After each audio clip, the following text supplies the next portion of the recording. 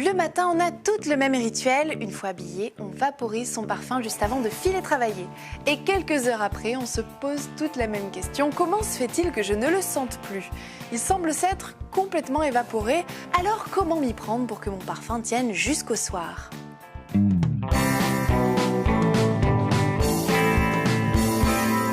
Aujourd'hui, nous allons vous révéler quelques petites astuces pour que votre parfum conserve un sillage tenace, même après une longue journée. Magali vous racontera son nouveau rituel pour pouvoir sentir bon sans vider son flacon chaque matin. Mais pour commencer, plongeons-nous dans un bain d'histoire.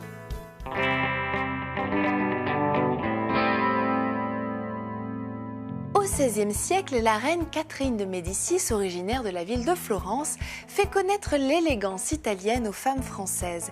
Elle leur suggère l'idée de parfumer leurs gants plutôt que leur peau. Les coquettes se mettent alors à imprégner de parfum tous leurs accessoires, colliers, éventails, masques et même leurs petits chiens ou leurs oiseaux d'appartement. S'il y a du bon dans cette méthode, le problème c'est que moi, je ne vais pas au travail avec mon rossignol apprivoisé.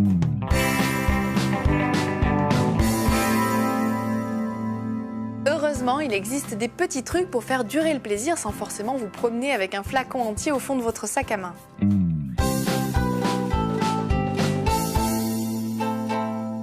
Pour commencer, utilisez les produits dérivés coordonnés à votre parfum. La combinaison du gel douche, du lait pour le corps et du déodorant va appuyer ces notes de votre fragrance. Vous pouvez même booster votre crème pour le corps en y ajoutant un pchit de parfum.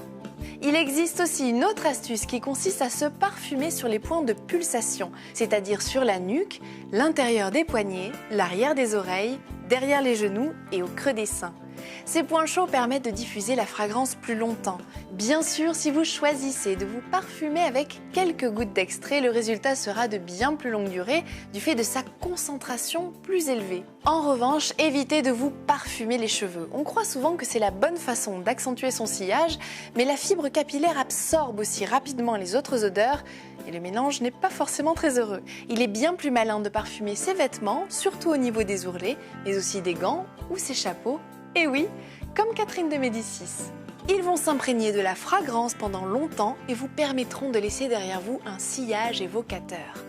Pas question cependant de donner l'impression de vous être plongé dans votre bouteille de parfum. Alors pour vous reparfumer discrètement avant une réunion ou un rendez-vous, vaporisez un petit nuage de parfum et traversez-le. Délicat et efficace. Mais ce n'est pas tout, n'est-ce pas Magali ?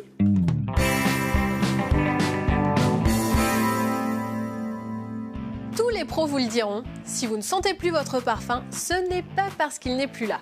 Les autres le sentent, mais votre odorat s'est habitué à sa présence et ne fait plus la distinction entre lui et vous.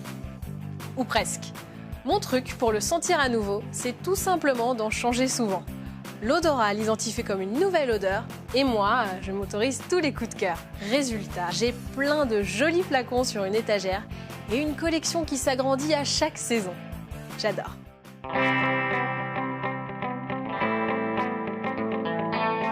Pour assurer sa présence parfumée et garder sa féminité, on s'équipe donc de quelques jolis produits corps. En bonus, une meilleure hydratation et une délicieuse pause cocooning.